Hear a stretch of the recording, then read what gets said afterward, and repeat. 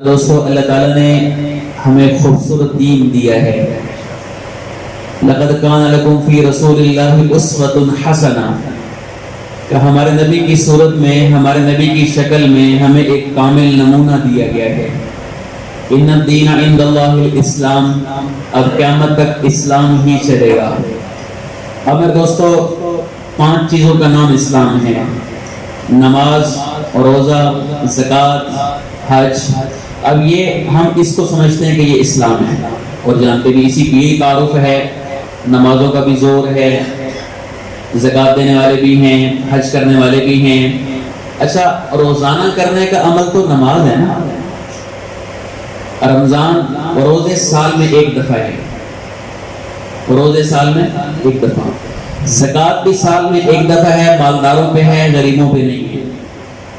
ایسے حج زندگی میں ایک دفعہ ہے، مالداروں پہ ہے، غریبوں پہ کوئی نہیں. روزانہ کرنے کا عمل وہ کیا ہے؟ وہ نماز ہے. اچھا، 5 نمازیں بھی آپ حساب لگائیں تو 2-2.5 گھنٹے کا کام ہے.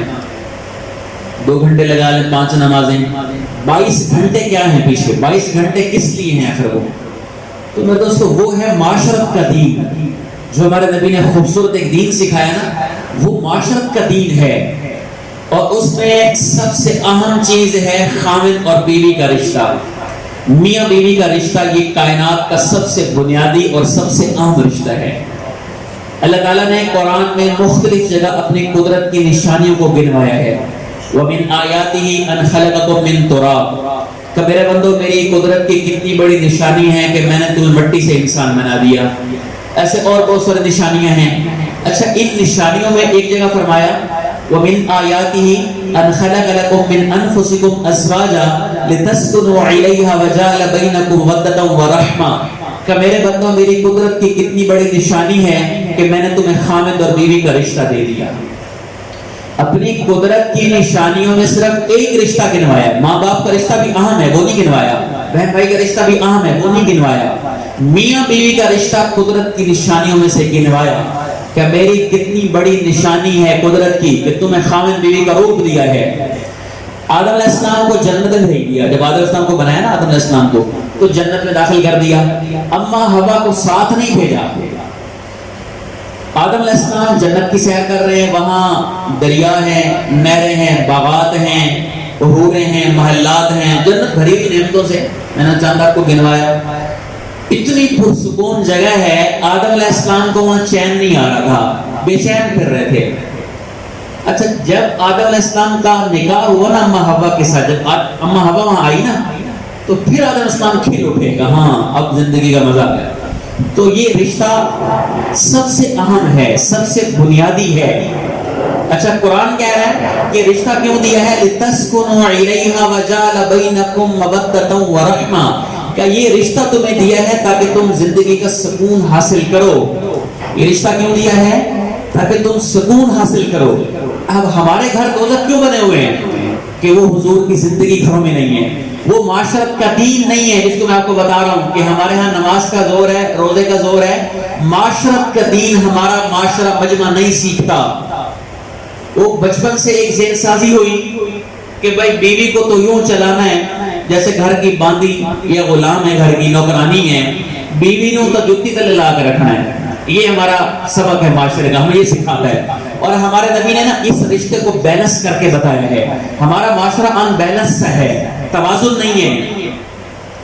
ادھر مردوں کو سکھایا خیرکم خیرکم لأہلی، تم میں سے بہترین مسلمان وہ ہے جو اپنی بیوی کے ساتھ اچھا ہو. فرمایا تم میں سے بہترین مسلمان، فرمایا بہترین مسلمان وہ ہے جو اپنی بیوی کے ساتھ اچھا سلوک کرے. اور فرمایا انا خیرکم لأہلی، اور تم میں سے میں سب سے بہترین ہوں اپنی بیویوں کے ساتھ. اور قیامت کے دن سب سے پہلا عمل جو ترازو میں تولنے کے لیے رکھا جائے گا، حساب کی بات نہیں کہہ رہا، سب سے پہلا عمل جو قیامت کے دن تولنے کے لیے ترازو میں رکھا جائے گا وہ کیا ہے؟ وہ عالم کا علم نہیں ہے، وہ قاری کا قرآن نہیں ہے، وہ مجاہد کا جہاد نہیں ہے، وہ حاجی کا حج نہیں ہے، وہ زکوٰۃ دینے والے کی زکوٰۃ نہیں، نماز نہیں. سب سے پہلا عمل جو تولنے کے لیے ترازو میں رکھا جائے گا وہ خاوند اور بیوی کا سلوک رکھا جائے گا. یہ ہمارے نبی کی خوبصورت زندگی ہے. اس کو کیونکہ سیکھا نہیں ہے، اپنے تفردات ہیں، اپنے مفروضے بنا کے زندگی کو گزار رہے ہیں. اس کی زندگی میں سکون نہیں ہے. اور میرے نبی نے 11 شادیاں اس لیے فرمائی، 11 نکاح اس لیے کیے تھے کہ ہمیں ایک دین سکھائیں، ہمیں ایک معاشرت کا دین سمجھانے کے لیے 11 نکاح فرمائے. ہر طرح کی عورت سے شادی کی، اپنے خاندان میں کی، خاندان سے باہر کی، تیز مزاج والی سے کی، نرم مزاج والی سے کی، جوان سے کی، بیوہ سے کی، بڑی عمر والی سے کی. یہ مختلف مزاج کی عورتوں کے ساتھ گزارا کر کے ہمیں ایک معاشرت کا دین دیا ہے، ایک خوبصورت زندگی سکھائی ہے. اور میرے آپ کے نبی گھر کی زندگی ہمیں سمجھانے کے لیے، ہمیں بتانے کے لیے کہ گھر کیسے چلے گا، کہ اللہ کے رسول عائشہ کو کہہ رہے ہیں، اما عائشہ کو فرما رہے ہیں، عائشہ انہو لیہون علی الموت ان اریدکی زوجتی فی الجنہ. کہ عائشہ جب سے مجھے پتہ لگا ہے کہ تو جنت میری بیوی ہے، میرے لیے مرنا آسان ہو گیا. یہ اللہ کے رسول کہہ رہے ہیں، یہ دلداری سکھا رہے ہیں کہ گھر چلانا چاہتے ہو، ان اخلاق سے گھر چلے گا. ہم نے ہر شے پیسے پہ تول دی، ہم ہر شے پیسے کے ذریعے تول کے کہتے ہیں جی پیسے سے گھر. اللہ کی قسم لوگوں کے پاس کروڑوں روپے ہیں لیکن گھر کا سکون نہیں ہے، زندگی پرسکون نہیں ہے، تڑپ رہے ہیں، بچے الگ تڑپ رہے ہیں، بیوی الگ تڑپ رہی ہے. معاشرہ ہمارا کیونکہ حضور کے نہج پہ نہیں ہے، حضور کی زندگی کے گھروں میں نہیں ہے، اس لیے سارے بے چین ہیں، سارے پریشان ہیں. اللہ کے رسول گھر میں گئے، ام سلمہ ہمارے نبی کی زوجہ مطہرہ ام سلمہ گھر گئے. ام سلمہ کوئی چیز پڑی ہے کھانے کی؟ تنگی کا دور تھا، کہاں چیزیں گھروں میں ہوتی تھی. ام سلمہ نہ بیٹھی بیٹھی نہ شکر رہی ہے، شرمندہ ہو رہی ہے بیٹھی بیٹھی کہ اللہ کے رسول میرے گھر میں آ گئے اور میرے پاس کوئی چیز پیش کرنے کے لیے، کھلانے کے لیے نہیں ہے. تو ام سلمہ نے شرماتے شرماتے کہا یا رسول اللہ سرکہ پڑا ہوا ہے، سرکہ. اب سرکہ تو کوئی چیز نہیں ہے نا کھانے پینے کی خاص. یا رسول اللہ سرکہ پڑا ہے. اب اللہ کے رسول بھی سمجھ گئے کہ میری بیوی شرمندہ ہو رہی ہے، اس کے پاس کوئی چیز نہیں ہے. تو میرے آپ کے نبی نے بیوی کو شرم سے نکالنے کے لیے فرمایا ام سلمہ نعم الادام الخل. ام سلمہ کیا بہترین سالن ہے سرکہ، یہ سارے سالنوں کا سردار ہے سرکہ. اور بیوی کو شرم سے نکال لیا. اور ہمارا معاشرہ اتنا ظالم معاشرہ ہے کہ بیوی سے نمک کم ہو گیا سالن میں، روٹی جل گئی، اس پر تیری ماں اور تیری بہن اور طلاق تک بات چلی جاتی ہے. کبھی علماء کے پاس بیٹھ کے پوچھیں کہ اس کے ذمہ روٹی پکانی ہے بھی صحیح میری؟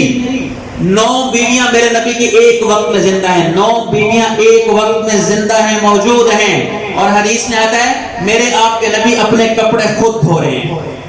میرے نبی جیسی ہستی نے یہ نمونہ پیش کیا ہے. اور ہمارا سارا زور بیویوں پر ہے، سارا زور تو نے یہ نہیں کیا، تو نے یہ نہیں کیا. اب اندازہ کر لیں کہ اب گھروں کی زندگی کتنی تباہ ہو چکی ہے کہ جس عورت نے اپنی ماں چھوڑ دی، اپنا باپ چھوڑ دیا، اپنی بہن چھوڑ دی، اپنا بھائی چھوڑ دیا، کس بول پر؟ ایک بول پر کہ مجھے قبول ہے. اس تیرے ایک بول پر وہ سارے سگے رشتے چھوڑ کے تیرے ساتھ آ گئی. اور یہاں اس کی ساس بھی اس کو تانے مارتی ہے، اس کا سسر بھی اس کو تانے دیتا ہے، اس کا دیور بھی اس کو تانے، اور خامن بھی اس کا نہیں ہے. تو مجھے بتاؤ، یہ بتاؤ یہاں کیسے رشتوں کا مٹھاس آئے گا؟ اس لیے ہمارا معاشرہ اللہ کی قسم بہت دردناک قسم کی زندگی ہمارا معاشرہ گزار رہا ہے کہ حضور کی زندگی گھروں میں نہیں ہے، حضور والے اخلاق نہیں ہیں. تو اللہ کے رسول نے ایک معیار دیا ہے، ایک معیار سمجھایا. اللہ کے رسول اما عائشہ کو لقمے بنا بنا کے ان کے منہ میں ڈالتے تھے، لقمے بنا کے اما عائشہ کے منہ میں ڈالتے تھے. اور حدیث میں فرمایا کہ اپنی بیوی کے منہ میں لقمہ ڈالنا یہ بھی صدقہ ہے، یہ بھی صدقہ ہے. ادھر مردوں کو سمجھایا، ادھر عورتوں کو سمجھایا. ایک عورت آئی، یا رسول اللہ میری شادی ہونے والی ہے، میرے خاوند کا میرے اوپر کیا حق ہے؟ فرمایا تیرے خاوند کے جسم پہ پھوڑے نکل آئیں اور اس میں پیپ نکلے اور تو اپنی زبان سے چاٹ چاٹ کے اس پیپ کو صاف کر دے، تو نے پھر بھی اپنے خاوند کا حق ادا نہیں کیا. ادھر عورتوں کو سمجھایا، فرمایا اگر میری شریعت میں مخلوق کو سجدہ ہوتا تو میں عورت سے کہتا کہ اپنے خاوند کو سجدہ کر، میں عورت سے کہتا کہ اپنے خاوند کو سجدہ کر. عورتوں کو سمجھایا، مردوں کو سمجھایا. ایک معاشرت کا دین ہمیں سمجھا کے دیا کہ گھر میں مرد کیسا ہوتا ہے، گھر میں بطور شوہر میں کیسا ہونا چاہیے. زیادہ مال نہیں دیا اللہ کے رسول کے پاس، مال تھا ہی نہیں، مانگا ہی نہیں اللہ سے. گھر کی زندگی بہت سخت تھی، چیزیں نہیں ہیں، لیکن 11 کی 11 بیویاں جان نثار کرنے کو تیار کھڑی ہیں. کس لیے؟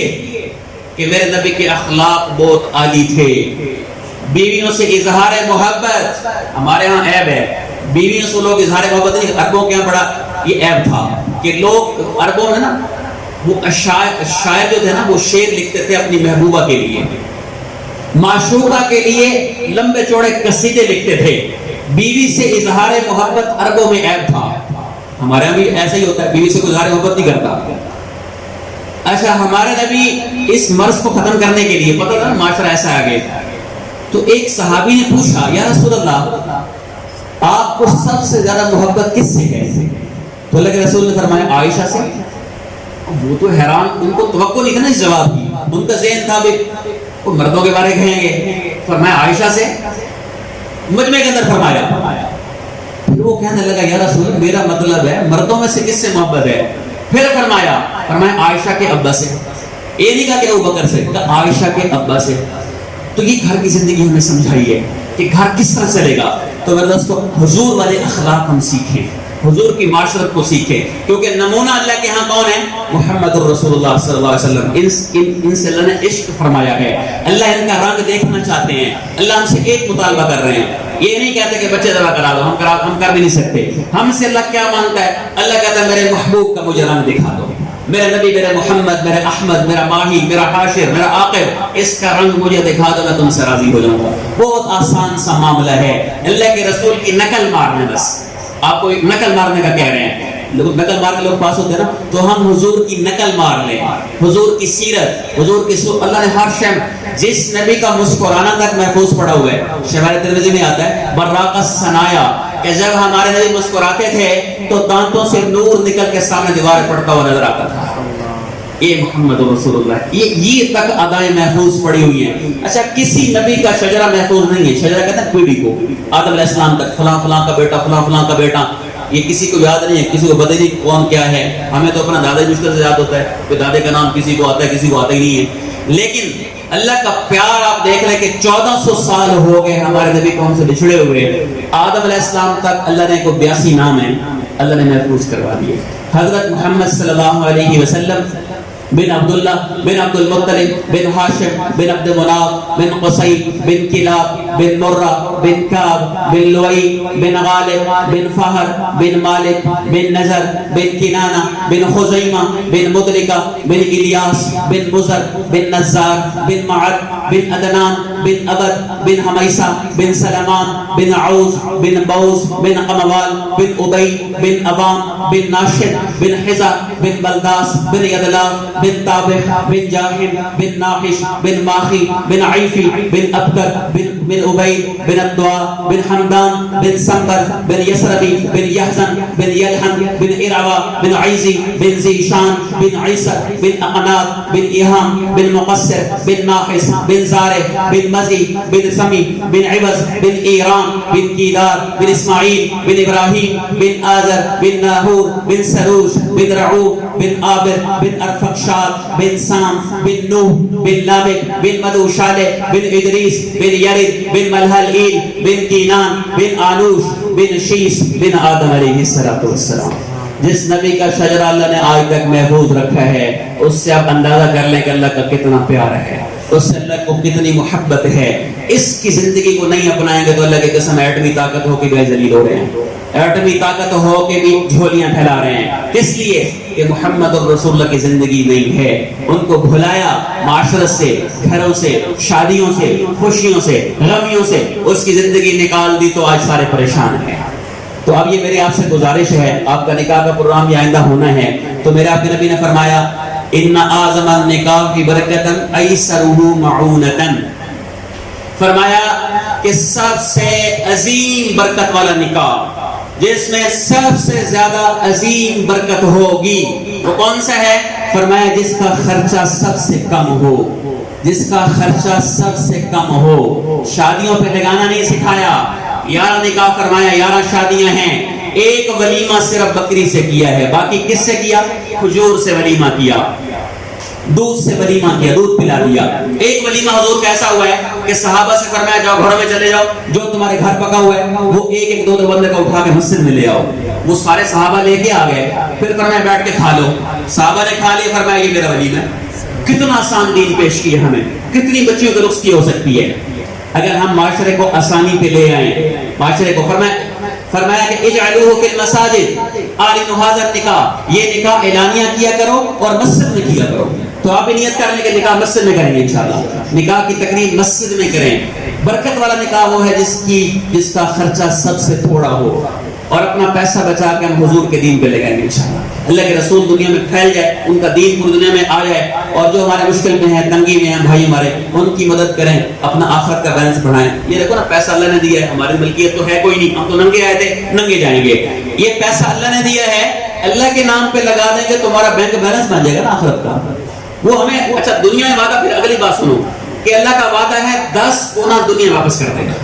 یہ تو انویسٹمنٹ ہے، سرمایہ کاری ہے. اللہ کو دے کے کوئی احسان نہیں کرتے ہم. اللہ کہتا ہے میرے بندو تم لگاؤ تو صحیح، 10 گنا یہاں واپس کرو گا، باقی آخرت کا وعدہ بھی ہے، وہاں بھی جمع رہے گا، محفوظ رہے گا. تو اس کی ہم سارے بھائی نیت کرتے ہیں انشاءاللہ کہ اپنا پیسہ اللہ کے رسول کے دین پہ ہم لگائیں گے، اور حضور کی زندگی سیکھیں. ان کی زندگی، حضور سوتے کیسے تھے، بیٹھتے کیسے تھے، بات کیسے کرتے تھے، کھانا کیسے کھاتے تھے، ساری زندگی محفوظ ہے. اس کو سیکھیں علماء کے پاس بیٹھ کے. تو شادی کرنی ہے تو اس کا بھی انداز بتایا، وہی پوچھو علماء سے جا کے کہ میں نے بیٹے کی شادی کرنی ہے تو کس انداز سے کریں. ٹھیک ہے انشاءاللہ. تو معاشرت کا دین سب سے اہم ہے، اس کو سیکھیں. نماز روزہ زکوٰۃ حج یہ بھی ہے، اور اس کے ساتھ سب سے زیادہ اہم چیز جو روزانہ کرنے کی ہے وہ یہ ہے معاشرت کا دین.